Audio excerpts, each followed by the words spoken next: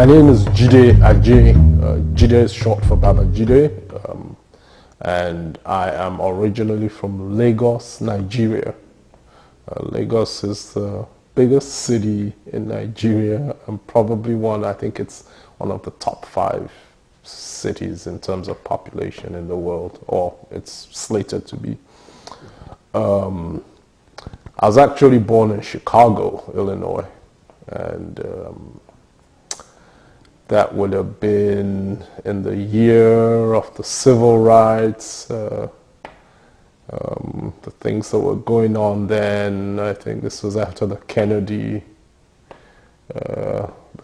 assassination, the launch of the Ford Mustang, the World Fair. Those were the events that, the things that were going on when I was born.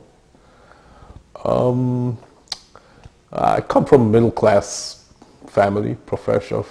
Both parents are professionals, and they were actually students here in the United States when I was born.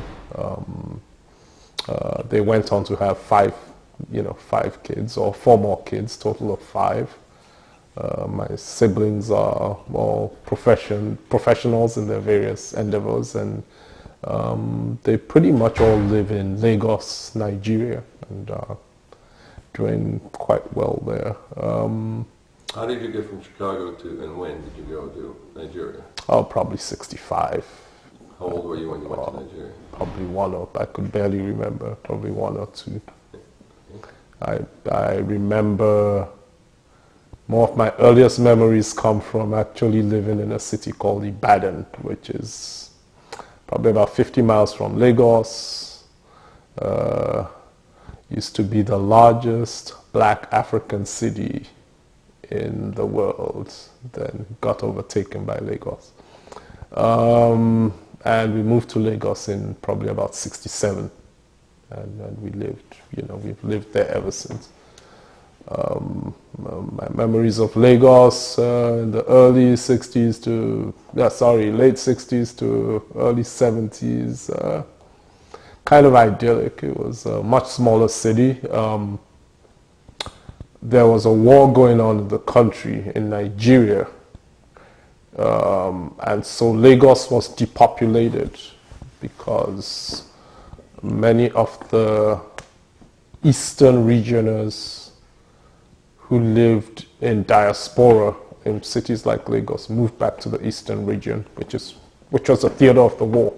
So Lagos of late 60s and early 70s was kind of like a big town. You could move from one end to the other very easily. After the war, with the return of the rest of the population, it took on the character that Lagos is now known for. The confluence of that and the oil boom, which came after the 73 oil shock, just had Lagos in hyperdrive, and it's been that way since. Did I choose to leave or did I have to leave? I think the answer to that question is both. I'd always wanted to visit and live in the United States. There were kind of opposing forces. I was also trying to get a career going as an artist. I worked in advertising. I really wanted to be on my own. But at the same time, most of my friends and contemporaries actually had left the country, probably upon graduation. I stayed to work an extra year or 2, and it was getting lonely. How old were you? I was in my mid-20s. My mom then put pressure on me to leave. I think I really wanted to live in both places, go back and forth, but unknown to me at that time, it probably wasn't feasible thing to do. I wasn't quite sure where I wanted to move to, but I really didn't know anyone in the United States. But the first city that I stopped over in was New York.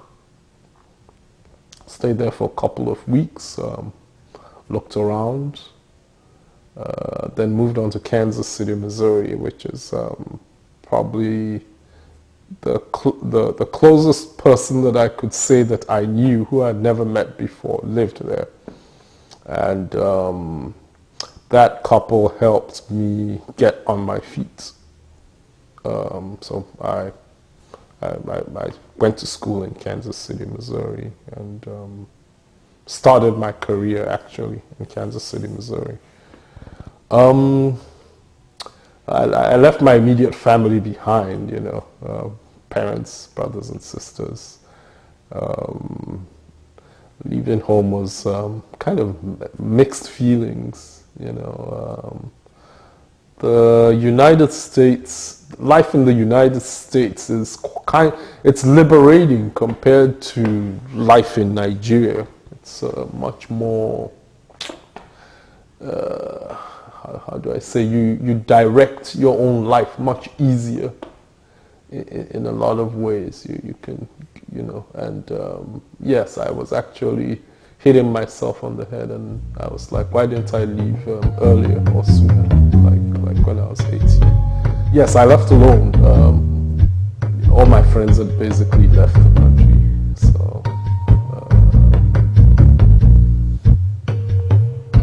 I was probably the last one out. I flew here. I flew to the United States on, funny enough, Spanish airline, Spanish airliner. I think that was the last year that I think Pan Am still existed. I think they collapsed that year or the next or something like that. So I stopped over in Spain, Madrid, spent a day or two there, quite nice actually. I funded this trip all by myself, you know, from money saved, and from proceeds from an exhibition, you know, my final exhibition in Lagos. It was exciting. I hadn't been on a plane in quite a long, probably a decade, but you know, prior to that. So met one or two interesting people, you know, on the flight.